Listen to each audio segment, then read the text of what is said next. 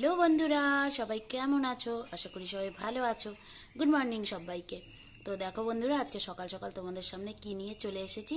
হ্যাঁ বন্ধুরা, এটা হচ্ছে অনেকেই বলে কাঁঠাল, অনেকে বলে এঁচোড়, তাই তো? আমি কিন্তু কাঁঠাল বলি, আর কাঁঠালকে ছোট থাকতে সবাই এঁচোড়টাই বলে। তো দেখতে পাচ্ছ, এটা ফোনের মনে হচ্ছে ছোট ছোট, কিন্তু এমন কোনো ছোট না, কিন্তু এঁচোড়গুলো কিন্তু বেশ বড় বড় আছে। তো তোমাদের সামনে আজকে আমি এঁচোড়ের আজকে কিভাবে রান্না করি সেটা নিয়ে চলে আসছি ঘরোয়া পদ্ধতিতে, একদম শর্টকাটভাবে এঁচোড় রান্না। আর এঁচোড় মানেই কাঁঠাল চিংড়ি, কাঁঠাল মানেই এঁচোড়, এঁচোড় এঁচোড় কাঁঠাল যাই বলো না কেন, চিংড়ি দিয়ে কিন্তু মাস্ট। কিন্তু তোমরা ভালো করে জানো আমার বাড়িতে চিংড়িটা হয় না, কারণ আমরা চিংড়ি খাই না। শুধু তোমাদের দাদাভাই খায়, তবুও অ্যালার্জি হয়, তবুও কিন্তু খায়, ও কিন্তু খাওয়াটা ছাড়ে না।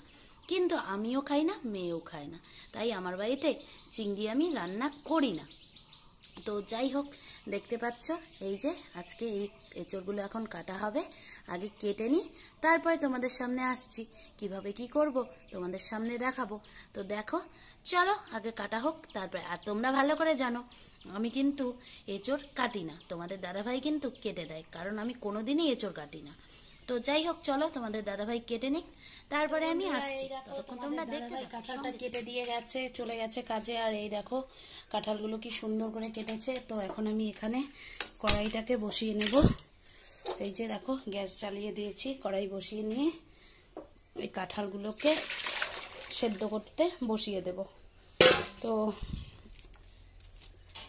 চলো, এর মধ্যে সেদ্ধ করতে গেলে এখন এটার মধ্যে আমি নুন আর হলুদ দিয়ে সেদ্ধ করব। তো দাঁড়াও, এক হাত দিয়ে ক্যামেরা ধরে তো অসুবিধা হয়, দিয়ে নিই তারপরে আসছি। বন্ধুরা দেখো, আমি কাঁঠালের মধ্যে কিন্তু ভালো করে নুন আর হলুদটা দিয়ে নিয়েছি। এটাকে এখন একটু কেটে দিয়ে ঢাকা দিয়ে দেব। এটাকে প্রায় 15 থেকে 20 মিনিট আমি এটাকে সেদ্ধ করে নেব। তো আমি যেইভাবে করি এঁচোড়ের তরকারি, সেটাই আজকে তোমাদের সাথে শেয়ার করব। তোমরা দেখতে থাকো। আমার বাড়িতে শুধু হাতের থেকে জিনিসই পড়ে। তো চলো, এটাকে ঢাকা দিয়ে দিলাম। তো এটা সেদ্ধ হোক। তারপরে দেখো, আমি কাঁঠালটাকে সেদ্ধ বসিয়ে দিয়ে সেদ্ধটা করে গ্যাসটা অফ করে দিয়ে চলে গেছিলাম স্কুলে। তো কাঁঠালটা দেখো কি সুন্দর সেদ্ধ হয়েছে, দেখতে পাচ্ছ, সেদ্ধ করা কাঁঠাল। তো সেদ্ধ করে রেখে চলে গেছিলাম, এটাকে এসে জল থেকে ঝরা দিয়ে নিলাম ফোটা ফোটা গামলাটায়।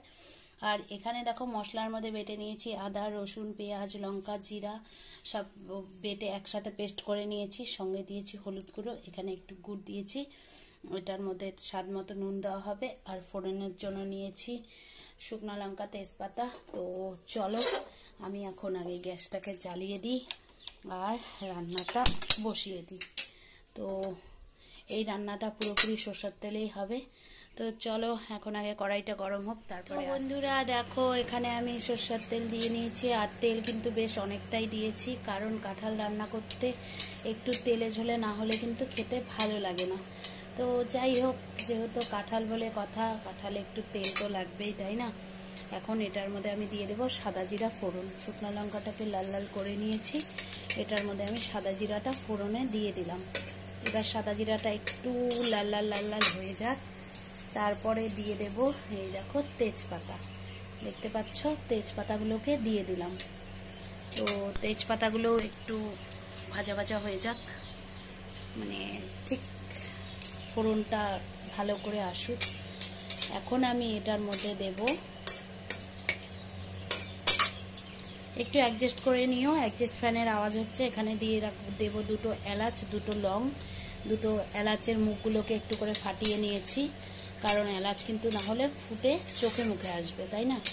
তো যাই হোক, এই দেখো আমার কিন্তু ফোড়নটা খুব ভালোভাবে হয়ে এসছে। এখন আমি এখানে যে মশলাগুলোকে রেখেছি, তো সেগুলোকে দেব। তোমরা তোমাদের পরিমাণ মতো মশলা দেবে। আমি দেখো অনেকটাই মশলা করেছি, কারণ যেহেতু কাঁঠাল রান্না করতে না, একটু বললাম না, তেলে ঝালে মশলায় না রান্না করলে কিন্তু জমবেই না কাঁঠালটাতে। এটাকে বাটিটাকে ধুয়ে একটু জল দিয়ে দিলাম। এবার এটাকে আমি ভালো করে নেড়ে নেড়ে এটাকে যতক্ষণ অবধি তেল না ছাড়ছে ততক্ষণ কষিয়ে নেব। তো আমি যেইভাবে রান্না করি সেটাই তোমাদের সাথে আজকে শেয়ার করছি। তো দেখতে পাচ্ছ ভালো করে এটাকে মিশিয়ে নিলাম।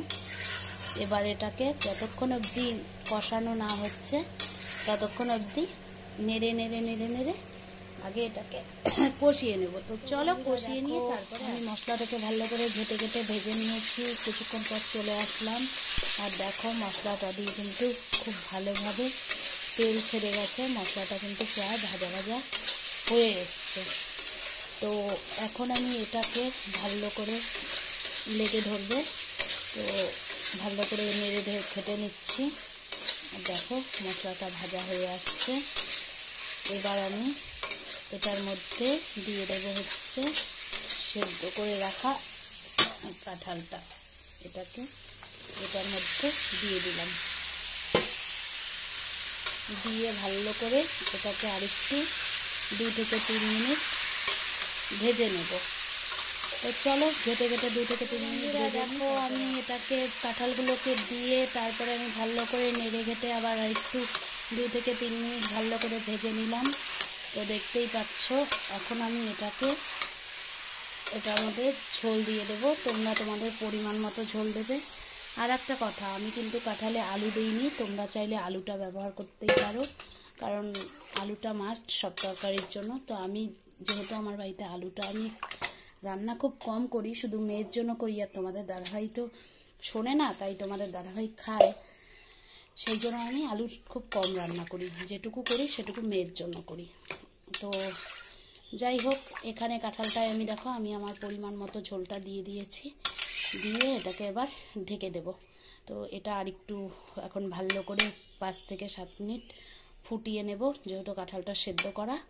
তো ফুটিয়ে নিয়ে তারপর আসছি তোমাদের সামনে। ততক্ষণ তোমরা দেখো আমি ঢাকাটা খুলে নিয়েছি, আর আমার এঁচোড়ের তরকারিটা কিন্তু একদম ফুল ফ্রম রেডি। দেখতে পাচ্ছ, দেখো কি সুন্দর হয়েছে, আর কালারটাও কি সুন্দর হয়েছে। আর এই যে ঝোলটা দেখতে পাচ্ছ না একটু একটু, এইটুকু গা মাখা না রাখলে ভালো লাগবে না। এই তরকারিটা ভাত দিয়ে খাও, রুটি দিয়ে খাও, লুচি দিয়ে খাও, যেটা দিয়েই খাও না কেন বেশ ভালো লাগবে কিন্তু খেতে। তো আর এই যেটুকু ঝোল দেখতে পাচ্ছ এটা অনেকটাই টেনে নেবে কাঁঠালে। তো এটার মধ্যে এখন আমি দিয়ে দেব দেখো গরম মশলা। তোমরা তোমাদের পরিমাণ মতো দেবে, স্বাদ মতো শাহি গরম মশলা আমি দিয়ে দিলাম গুঁড়ো। এটাকে দিয়ে এখন আমি একটু নেড়ে নিচ্ছি, তারপরে আমি গ্যাসটাকে অফ করে দেব। গ্যাসটাকে অফ করে দেব। এই দেখো আমার কিন্তু তরকারিটা একদম ফাইনাল রেডি। তো চলো আমি এটাকে ঢেলে নিয়ে ফাইনাল লুক নিয়ে চলে আসছি। দেখো আমি কাঁঠালের তরকারি ফাইনাল লুক ঢেলে নিয়ে চলে এসেছি। তোমরা কমেন্টে জানাবে কেমন হয়েছে, আর আমার আজকের রেসিপিটা তোমাদের কাছে কেমন লাগলো তোমরা কিন্তু কমেন্ট করে অবশ্যই জানাবে। আর খুব সহজ পদ্ধতিতে দেখো কাঁঠালের রেসিপিটা কিন্তু মানে খুব তাড়াতাড়ি চটজলদি হয়ে গেল, আর এটা খেতে কিন্তু বেশ ভালো লাগবে। আর এখন যেহেতু নতুন নতুন এই কাঁঠালের এঁচোড় যেটাই বল না কেন, এই সিজনটাতে খেতে কিন্তু বেশ ভালো লাগবে, পরের দিকে কিন্তু আর ভালো লাগবে না। তো তোমরা কমেন্টে জানাবে কেমন হয়েছে আজকে রান্নাটা। যদি ভালো লেগে থাকে প্লিজ একটা লাইক কমেন্ট শেয়ার সাবস্ক্রাইব অবশ্যই করে দেবে। আর যারা নতুন এসছো আমার চ্যানেলে তারা ধৈর্য ধরে আমার চ্যানেলে একটু থেকে যেও, আমি সবার চ্যানেলেই পৌঁছে যাব, একটু সময় দিও আমাকে। আর তোমরা যারা এখনো পর্যন্ত সাবস্ক্রাইব করোনি তারা সাবস্ক্রাইব করে দিয়ে পাশে থাকা বেল আইকনটি টুংটুং করে বাজিয়ে দিও, যাতে আমার ভিডিও ব্লগগুলো রান্না যেটাই দেই না কেন চটজলদি তোমাদের কাছে পৌঁছে যায়। তো চলো বন্ধুরা, আজকের ভিডিওটা আজকের মতো এখানেই শেষ করে দিচ্ছি। কেমন হয়েছে তোমরা কমেন্টে জানাবে। আর আজকের কাঁঠালের রেসিপিটা যদি কেউ আমার মতো করে রান্না করে থাকো অবশ্যই কমেন্টে জানাবে। আর যদি কারোর কাছে ভালো লেগে থাকে তাও কমেন্ট করবে অবশ্যই। তোমাদের কমেন্ট কিন্তু পড়তে আমার বেশ ভালো লাগে। তো চলো আজকের মতো বিদায় নিচ্ছি, টাটা। সবাই ভালো থেকো, সুস্থ থেকো, বাই বাই।